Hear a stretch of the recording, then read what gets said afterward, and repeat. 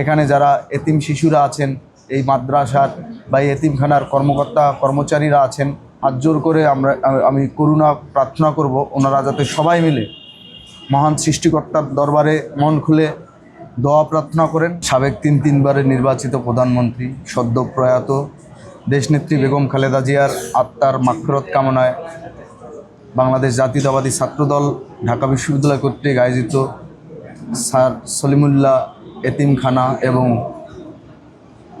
রাহমানিয়া হাফিজিয়া মাদ্রাসার নায়াসিনামাইড ও স্যালিসাইলিক সমৃদ্ধ lily face wash যা ফেসের ডেড স্কিন সেল দূর করে দেয় দ্বিগুণ ফাস্টার ব্রাইটেনিং।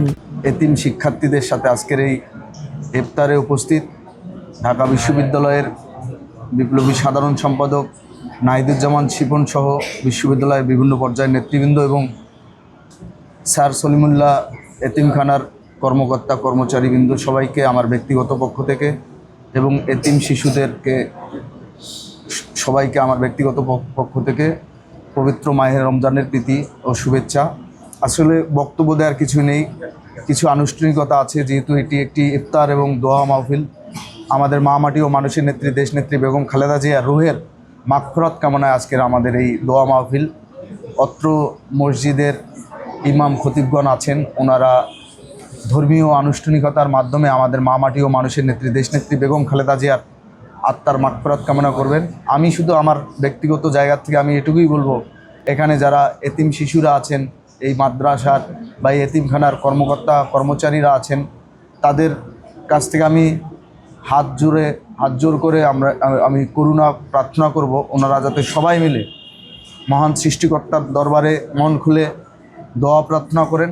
তাদের দোয়া স্বয়ং সৃষ্টিকর্তা যাতে কবুল করেন, তাদের দোয়া কবুল হয়েই যাতে আমাদের মা মাটি ও মানুষের নেত্রী দেশনেত্রী বেগম খালেদা জিয়া সদ্য প্রয়াত উনি জান্নাতের সর্বোচ্চ বাগিচায় অবস্থান করেন। একই সাথে আপনারা জানেন যে কিছুদিন আগে বাংলাদেশে একটি প্রত্যক্ষ ভোটের মাধ্যমে নির্বাচিত সরকার প্রতিষ্ঠিত হয়েছে, যে সরকারে প্রধানমন্ত্রীর দায়িত্ব গ্রহণ করেছেন, নির্বাচিত হয়েছেন আমাদের হৃদয়ের স্পন্দন বাংলাদেশ জাতীয়তাবাদী ছাত্রদলের সাংগঠনিক অভিভাবক দেশনায়ক জনাব তারেক রহমান। দেশনায়ক জনাব তারেক রহমানের যে 31 দফা কর্মসূচি, সেই কর্মসূচি বাস্তবায়নের মাধ্যমে যাতে উনি দেশকে একটি আধুনিক সাম্যের এবং ন্যায়ের বাংলাদেশ হিসেবে গড়ে তুলতে পারেন। একই সাথে আপনারা জানেন দেশনায়ক জনাব তারেক রহমানের 31 দফা কর্মসূচিতে মসজিদের ইমাম খতিব মুয়াজ্জিনদের জন্য একটি সম্মানী ভাতা প্রদান করা হয়েছে। একই সাথে অন্যান্য ধর্মের যে ধর্মীয় গুরুজন আছে তাদের জন্য সম্মানী ভাতা ইতিমধ্যেই ঘোষণা করা হয়েছে।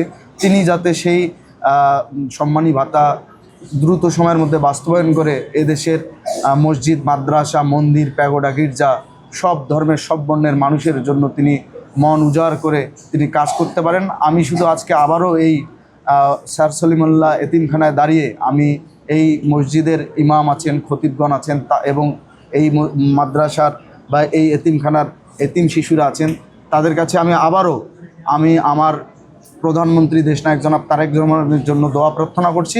আবারও দেশনেত্রী বেগম খালেদা জিয়ার রুহের মাগফিরাত কামনা করার জন্য সবার কাছে হাত জোর করে প্রার্থনা করছি, তারা যাতে সবাই মন খুলে দোয়া করেন এবং তাদের দোয়া যাতে স্বয়ং সৃষ্টিকর্তা কবুল করেন। সবাইকে ধন্যবাদ। আমি এখানে উপস্থিত সবার সুস্বাস্থ্য দীর্ঘায়ু কামনা করছি এবং একই সাথে এই মাদ্রাসার যারা আছেন তারা যাতে আমাদের জন্য বা এই এতিমখানার যারা আছেন তারা যাতে আমাদের বাংলাদেশ জাতীয়তাবাদী ছাত্রদলের জন্য মন খুলে দেওয়া করেন। আমরা যাতে আগামীতে সজ্জন নীতিবান থেকে আমরা যাতে দেশ পরিচালনায় বা দেশের ন্যায়ের বাংলাদেশকে একটি ন্যায়ের সাম্যের এবং আধুনিক বাংলাদেশ হিসেবে বিনির্মাণে সামনের থেকে নেতৃত্ব দিতে পারি। ধন্যবাদ সবাই।